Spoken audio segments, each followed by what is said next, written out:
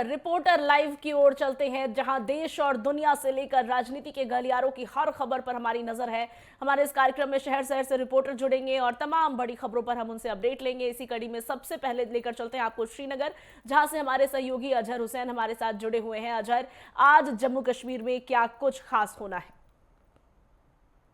कश्मीर की अगर हम खबरों की अगर हम बात करें, लगातार हम देख रहे हैं सिक्योरिटी फोर्सेस की जानिब से एंटी टेरर जो ऑपरेशन है वो लगातार जारी है। और इसी सिलसिले में बीती रात तकरीबन 12:30 बजे के करीब जो है एक पेट्रोलिंग पार्टी जो है बारामूला के जांबाज इलाके से गिरती है, चलती है। तो वहाँ पे वो एक संदिग्ध जो है चीज़ देखती है, और उसके बाद में जब उसकी छानबीन की जाती है, या हम यूँ कहेंगे कि बीडीएस टीम भी वहाँ पे बुलाई जाती है, तो फिर देखा जाता है कि ये एक आईडी जो है वहाँ पे बरामद होती है। और फिर बीडीएस की मदद से इस आईडी को वहाँ से डिस्ट्रॉय किया जाता है। और कहीं ना कहीं ये भी आशंका लगाई जा रही है कि एक बड़े हादसे को यहाँ पे टाला गया है, रोका गया है, क्योंकि कल इस रूट से जो है एक आर्मी की कानवाई भी जाने वाली थी। और इसके पेश नज़र जो पेट्रोलिंग पार्टी है वो लगातार जो है नज़र गड़ाए बैठे हैं, और इस तरीके की जो आईडी है उन्होंने यहाँ पे डिस्ट्रॉय किया। आपको ये भी बताता चलूँ कि ये जो कानवाई थी, या ये जो पहले जब पेट्रोलिंग पार्टी थी, वो फौज की जो राष्ट्रीय राइफल्स की 46 आरआर थी वो वहां से गुजर रही थी, तो उन्होंने फिर इस आईडी को फिर नाकारा बना दिया है। दूसरी खबर की अगर हम बात करें, इलेक्शन कमीशन ऑफ इंडिया की जानिब से जो है काफ़ी सारे जो यूटीज़ है, तकरीबन 14 के करीब जो यूटीज़ है, स्टेट्स है, यूटीज़ है, उनमें जो है एसआईआरएस की जो प्रक्रिया है उस पर नोटिफिकेशन जारी करते हुए कहा है कि वो अप्रैल 2026 से जो है एसआईआर की जो प्रक्रिया है वो कंप्लीट करे। और जारी की गई है। कश्मीर की जो प्रक्रिया है वो अब कंप्लीट होने जा रही है, स्टार्ट होगी। और तमाम तर जो भी इसमें लवाजमात है, और जो अजहर, जाएगी। आपकी और आवाज हम तक थोड़ा ब्रेक होके पहुंच रही है, कुछ टेक्निकल प्रॉब्लम है, इसको सॉल्व करेंगे। इसी बीच आगे बढ़ेंगे और वासु कसाना के पास चलते हैं। गाजियाबाद से हमारे सहयोगी हमारे साथ बने हुए हैं। वासु, आपके पास क्या बड़ी जानकारी है आज? देखिए गाजियाबाद में नहीं, दिल्ली के सरायखाली था rapid metro Bharat rapid metro की स्टेशन पर हूँ, और आने वाली 22 तारीख को कल का देश के लोगों को बेसब्री से जहाँ तक दिल्ली एनसीआर का जनता है, मेरठ में जो निवासी है, का बेसब्री से इंतजार करते हुए पल आ गया। और जो नमो भारत मेट्रो स्टेशन है, ट्रेन है, वो अब दिल्ली के साथ सरायकाले खान से लेकर मेरठ के मोदी तस्वीर आपको दिखाने पाऊंगा। ये तस्वीरें हैं सरायकाले खान मेट्रो स्टेशन की, और ये जो नमो भारत स्टेशन है इसका सबसे बड़ा स्टेशन माना जा रहा है। सबसे बड़ी बात यह है शिवानी, इसी स्टेशन से यहाँ जो रैपिड मेट्रो है, रैपिड रेल है, यहीं से चलेगी और करीब 82 किलोमीटर तक का सफर तय करेगी। और देखिए सबसे बड़ी बात है, 160 किलोमीटर प्रति घंटा की रफ्तार से यहाँ से नमो भारत ट्रेन चलेगी, और मात्र 57 मिनट की दूरी इसी समय में तय कर देगी। सबसे बड़ी बात है 22 तारीख को देश के यशस्वी प्रधानमंत्री नरेंद्र मोदी और उत्तर प्रदेश के मुख्यमंत्री योगी आदित्यनाथ मेरठ हाउस है वहां पर पहुंचेंगे, और इसी ट्रेन के जरिए वो स्कूली बच्चों के साथ पूरा जो मेरठ के कॉरिडोर है उसका सफर करेंगे। सबसे बड़ी बात ये है, इस जो नमो भारत ट्रेन है इसका तीसरे चरण का ये शुभारंभ है। पहला शुभारंभ हुआ था गाजियाबाद में होता, और गाजियाबाद में नरेंद्र मोदी स्वयं वहां पहुंचे थे। उसके बाद दूसरा मेरठ में, और तीसरा अब ये यहाँ होना है। सबसे बड़ी बात इसमें यह है कि इसी ट्रैक पर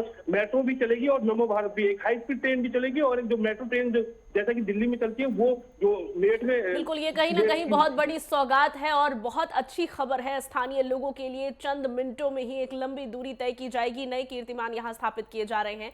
आगे बढ़ेंगे रिपोर्टर लाइव में। हमारे UP state head Raghavendra Pratap Singh हमारे साथ लगातार जुड़े हुए हैं। राघवेंद्र, उत्तर प्रदेश में आज अगर सियासी खबरों की बात करें तो बहुत कुछ खास है। बजट सत्र का आज आखिरी दिन है। मुख्यमंत्री योगी आदित्यनाथ संबोधित करेंगे, नेता प्रतिपक्ष के भी संबोधन की बात कही जा रही है। आज किन खबरों पर नजर बनी रहेगी, क्या हलचलें सामने आ रही है?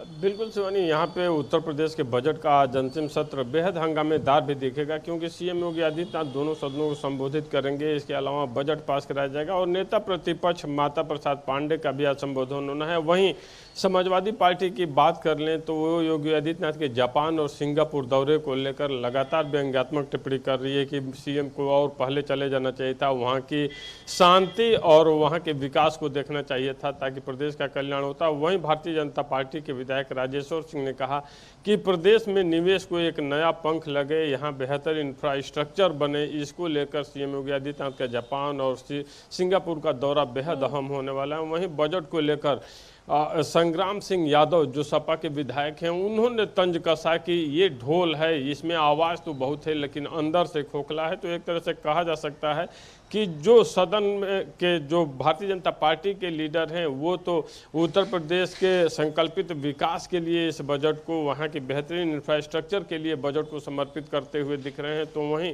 विपक्ष उस पर लगातार हमलावर है कि पूर्व में जो बजट जारी किए गए वो भी खर्च नहीं किए गए। तो एक तरह से बजट तो बढ़ाया जा रहा है लेकिन विभाग उसे समय से खर्च नहीं कर पा रहे हैं और जिस तरह का विकास होना चाहिए उस तरह का विकास नहीं हो रहा है। इन्हीं आरोपों प्रत्यारोपों के बीच में आज बजट सत्र का अंतिम दिन है जो जिसका आज स्थगन भी हो जाएगा। इसके अलावा राहुल गांधी या सुल्तानपुर एमपी एमएलए कोर्ट पहुंचने वाले हैं, जहां पूर्व समय में उन्होंने अमित शाह पे जो टिप्पणी की थी उसको लेकर उनके बयान दर्ज होने हैं। जब वो लखनऊ एयरपोर्ट पे पहुंचे थे तो कांग्रेसियों ने उनका भव्य स्वागत किया था। वहीं राहुल गांधी मीडिया से कुछ बोलने की जगह अपने चुपचाप सुल्तानपुर चले गए। अब देखना होगा कि आज जो बयान दर्ज होते हैं उसके बाद एमपी एमएलए कोर्ट का क्या निर्णय आता है। वहीं कोडिन कप सिरफ का मामला भी अभी शांत नहीं हुआ है, तमाम धरपकड़ और गिरफ्तारियों का दौर चल रहा है। और चूंकि उत्तर प्रदेश में 2027 का विधानसभा चुनाव होना है और ऐसे में जिस तरह से उप मुख्यमंत्री ब्रजेश पाठक ने कल 101 बटुकों को सम्मानित किया था अपने आवास पर, उसको लेकर भी समाजवादी पार्टी लगातार हमलावर है। उसका कहना है, और अतुल अंजान खास करके जो समाजवादी पार्टी के विधायक हैं उन्होंने कहा कि जिस तरह स्वामी अमृतेश्वरानंद का अपमान किया गया, जिस तरह से वहाँ बटुकों को साथ दुर्व्यवहार किया गया, उसके बाद से ये डिप्टी सीएम ने जो सम्मानित करने का काम किया 101 बटुकों को, ये दिखावा है। और ब्राह्मण समाज भारतीय जनता पार्टी से नाराज है, ऐसा आरोप समाजवादी पार्टी द्वारा लगाया जा रहा है। तो एक तरह से कहा जा सकता है कि किस वोट बैंक में कौन सी पार्टी किस तरह सेंध लगाएगी, इसकी कवायद में सारी राजनीतिक दल जुड़े हुए हैं। आरोप प्रत्यारोप का ये दौर, बयानों का ये दौर, ये सब कुछ कहीं ना कहीं जो विधानसभा चुनाव होने हैं उसके इर्द गिर्द नजर आ रहा है। हर एक पार्टी अपने वोट बैंक को चमकाने और दूसरे के वोट बैंक में सेंध लगाने की कोशिश कर रही है। बहरहाल आज बजट सत्र का आखिरी दिन है और यहां पर मुख्यमंत्री योगी आदित्यनाथ विपक्ष के तमाम सवालों के जवाब देते हुए नजर आएंगे। यानी कि वो तमाम सवाल जिसको लेकर विधानसभा में हमने उठापटक देखी, उस पर मुख्यमंत्री क्या कुछ कहेंगे, इस पर नजर बनी रहेगी। वासु के पास चलते हैं एक बार फिर से। वासु, क्या आगे जानकारी देना चाहेंगे आप? शिवानी 30,000 करोड़ का एक प्रोजेक्ट था और 82 किलोमीटर दूर की जो यात्रा है, मात्र जो यात्री है वो केवल 57 मिनट में तय करेंगे। तस्वीर आपको दिखाने चाहेंगे, ये तस्वीरें हैं जो मेट्रो स्टेशन रैपिड के हैं। यहाँ से शुरुआत होगी कि जंगपुरा से लेकर ये जाएंगे मेरठ के मोदी नगर तक, मोदीपुरम तक। और ये तो तस्वीरें हैं, ये साफ जाहिर करती है जिस तरीके से भारत में जिस तरीके से मोदी सरकार ये प्रोजेक्ट लेकर आई है। और जो मुजफ्फरनगर, मेरठ या सहारनपुर के रहने वाले लोग थे जो 5 से 6 घंटा का सफर दिल्ली का तय किया करते थे, अब वो मात्र 57 मिनट में ही दिल्ली पहुंच सकेंगे। तो शिवानी, बिल्कुल, और ये कहीं ना कहीं बहुत बड़ी सौगात है और इसलिए भी क्योंकि लगातार उत्तर प्रदेश में इस दिशा में काम हो रहा है। मुख्यमंत्री योगी आदित्यनाथ के नेतृत्व में लगातार ये कोशिश की जा रही है कि इंफ्रास्ट्रक्चर के साथ साथ मेट्रो का विस्तार भी किया जाए, विकास के तमाम आयाम और कीर्तिमान यहाँ पर स्थापित किया जाए।